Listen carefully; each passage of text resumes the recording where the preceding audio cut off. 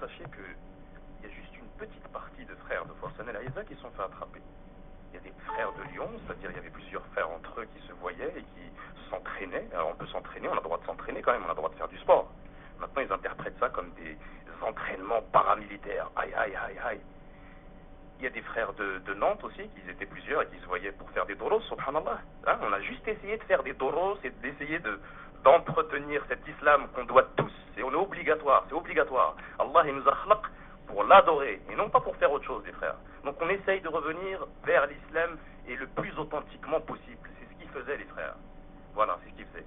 Et il y a le frère Abu Abdillah, c'est-à-dire le frère qui s'habillait avec sa raza et avec son qamis, de la même manière que le prophète. Ils lui ont fait la misère depuis très très longtemps. Ça fait plus de 20 ans qu'il subit ce frère-là. Et au jour d'aujourd'hui, il subit encore. Il avait un bracelet au pied et ils l'ont aussi perquisitionné chez lui. Sa femme est handicapée et sur un fauteuil roulant. Je vous invite à aller voir les vidéos sur internet, les frères. Allez voir les vidéos. Ne passez pas juste votre temps à parler. Subhan qui a dit. Ce frère-là, regardez, l'œil dans la tourmente. Tapez sur Google, un œil dans la tourmente et regardez. Et Logitech, tu racontes n'importe quoi. Il y a plus de 30 frères qui sont sympathisants de Forsan el-Aïza, qui étaient présents à la Shura du vendredi, qui sont à l'extérieur, qui sont dehors. Et Shaitan, il joue sur les peurs des gens. On ne va pas défendre nos frères au micro. Moi, ça fait 5 jours, j'attends que cette porte soit cassée, il n'y a personne qui vient chez moi. Pourquoi? Parce qu'ils n'ont rien contre moi. Je ne bouge pas de chez moi. Voilà, moi je suis électricien, je travaille et je rentre chez moi. Donc ils savent très très bien qu'ils n'ont rien contre moi. Ils peuvent venir fouiller, il n'y a pas d'armes, il n'y a rien. Et tous les membres de Forsan el-Aïza, ils ne sont pas fous pour avoir des armes. Ils nous le disaient tout le temps, Abu Hamza, pas d'armes les frères. C'est simplement un jihad avec vocalement qu'on peut faire ici en France. Et on se doit de défendre nos frères et sœurs, les frères. Vous voyez une sœur qui se fait démonter parce qu'elle a un niqab. Tous les jours aujourd'hui en France, il y a ça. Vous dites rien. On continue à masquer nos visages. C'est qui va défendre ses sœurs? Prenez exemple sur les frères en Angleterre. Regardez comment ils ont évolué l'islam. Ici, il n'y a que des tapettes. Vous critiquez les kafirs, mais vous êtes pire que eux. À chaque fois qu'il y a une injustice qu'on subit, vous vous taisez. Donc, ils vont vous piétiner, ils vont vous manger. Là, vous voyez les frères de Forsan el-Aïza. Tout le monde doit être comme Forsan el-Aïza et 10 fois mieux. Oui, on manque de science. Fi'lan, vous le dites vous-même, subhanallah. Et bien alors, est-ce qu'on va être solidaire ou on va essayer de se faire caresser au sens du poil et de caresser au sens du poil ceux qui sont contre nous? Hein? Depuis qu'on est petit, depuis qu'on est né ici en maternelle, on subit ça, les frères. Subhanallah, levez-vous hein, pour une fois pour toutes. Tous les pays se lèvent, il y a juste ici en France, on va continuer à faire les bœufs. Et quand il y a un frère qui subhanallah, qui a le Hamas et qui défend l'islam et Allah, j'en suis sûr et certain qu'il est plus préféré que vous tous là qui parlez sur lui. Qu'est-ce que vous faites pour la Ummah, subhanallah? Qu'est-ce que vous avez fait? Au jour d'aujourd'hui, il se fait attraper, tout le monde est content. Ça y est, il n'y a plus de l'haq on va pouvoir continuer à faire les bisounours. Voilà, c'est ça. Subhanallah, moi je suis vraiment très triste. On se dit pourquoi faire tout ça en réalité? Pourquoi se réunir et essayer de faire un petit groupe pour pouvoir commencer à s'aimer comme les frères s'aimaient dans le temps du prophète. Ce qui était à eux était à son frère.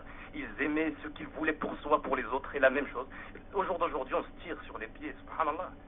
L'autre il dit, moi, Abdelhaq, il est encore dehors, qu'est-ce qu'il fout dehors? Tu m'as pris pour qui là? Pour un terroriste? Hein? Tu vas dire quoi demain, que j'ai tué des gamins? Ou vous allez venir le faire ici à côté de chez moi et me le mettre sur le dos? C'est ça que vous voulez absolument? Venez nous aider ou fermez-la, franchement, wallah al-azim. Aidez vos frères ou taisez-vous. Forsan el-Aïza, il y en a plus de 120 qui venaient sympathiser avec Abu Hamza et qui voulaient élever la parole d'Allah. Ils ne voulaient pas tuer n'importe qui. C'est des conneries ça. On a dit préparez-vous à vous défendre. Même la légitime défense que la France vous permet de le faire, vous voulez pas? Vous voulez pas défendre votre mère si elle se fait attraper par un kafir à l'extérieur et qui commence à lui mettre des droits dans le nez? Al-Iyadou billah, subhanallah les frères. Vas-y, continuez. Faites la promotion de la SDJ et le Bétar. Et franchement, hein, wallah al-azim, donnez directement vos têtes qu'on vous claque. Ne vous défendez pas.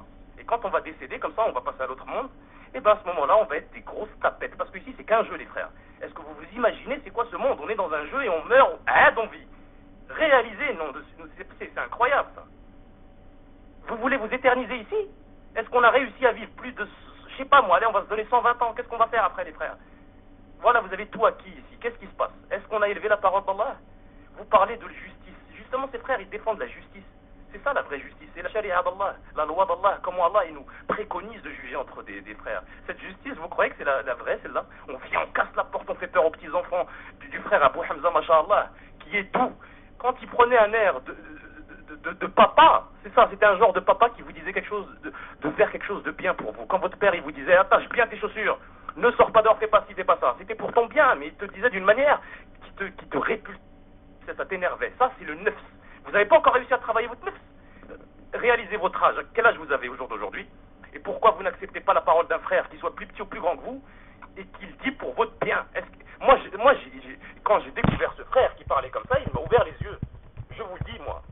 Bien sûr qu'il m'écorchait. Mais c'était mon nefs qui était mauvais. C'est pas le frère qui est mauvais, les frères. Et à force de l'énerver tous les jours, eh ben c'est clair que des fois il prenait des tons où il punçait à tout va. Mais franchement les frères, wallah al-azim, que tout ça, on va le payer devant Allah. Et moi-même le premier qui parle. Assalamu alaikum wa rahmatullahi wa barakatuh. Assalamu alaikum wa rahmatullahi wa barakatuh. Vous m'entendez les frères? Alhamdulillah. نحمده ونستعينه ونستغفره ونعوذ بالله من شرور أنفسنا ومن سيئات أعمالنا من يهده الله فهو المهتد ومن يضلل فلا هادي له وأشهد أن لا إله إلا الله وحده لا شريك له وأشهد أن محمدا عبده ورسوله. Les frères et sœurs, je voudrais intervenir parce que là franchement j'interviens jamais au micro. Là je voudrais intervenir parce que vraiment c'est vraiment insupportable d'entendre des frères qui dénigrent des frères à eux qui en ont besoin à ce moment-là. Subhanallah. Qu'Allah libère nos frères et descende sur eux la sakina, incha'Allah azzawajal.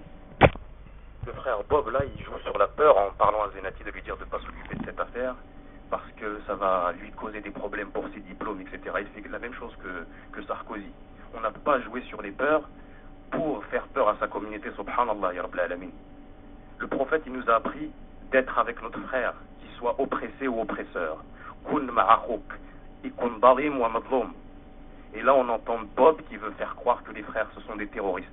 Combien de fois les frères, on s'est fait avoir par les médias mensongers, qui racontent que des mensonges? Est-ce qu'on va encore tomber dans leur jeu ou est-ce qu'on va venir au secours de nos frères? Vous croyez une seconde que ces frères allaient faire du terrorisme, allaient faire un enlèvement? Subhanallah. On a besoin du soutien des frères à ces moments-là.